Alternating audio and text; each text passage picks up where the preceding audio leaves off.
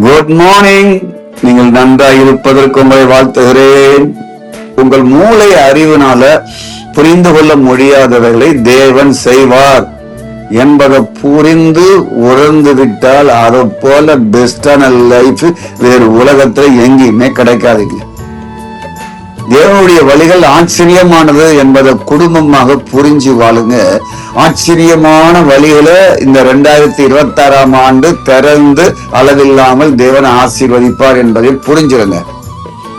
நீங்க பிறப்பதற்கு முன்பதாகவே நீங்க எப்படி வாழணும் என்பதை குறித்து வேதாகமத்துல ரெஜிஸ்டர் பண்ணி கொடுத்திருக்கிறார்.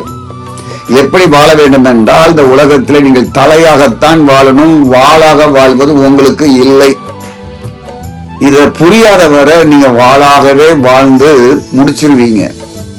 சபை என்பது வாளாக இருப்பதல்ல. சபை மக்கள் ஒவ்வொருவரும் தலையாக இருப்பதுதான் வாழ்க்கை. வாளாக இருப்பது அவமானம் என்பதை புரியுங்க. பார்வோனுக்கு கீழ் இருப்பது ஒரு அருவருப்பான ஒரு வாழ்க்கை.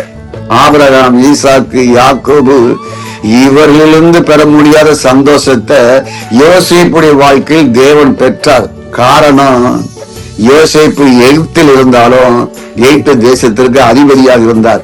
இதுதாங்க தேவன் விரும்புகிற நிஜத்தின் வாழ்வு. உலகத்தில் எல்லா துறையிலையும் நீங்கள் தலையாக வாழ வேண்டும். உங்கள் பிள்ளைகள் தலையாய் வாழ வேண்டும். உங்களுடைய சந்ததிகள் தலையாக வாழ வேண்டும். உங்க மூளை அறிவினால புரிந்து கொள்ள முடியாதவைகளை உங்க சந்ததிகளுக்கு தேவன் சொந்தமா கொடுப்பாரு. 2026 அது நடக்கும் என்பதை அறியுங்க. நாளைக்கு சந்திப்போம். God bless you.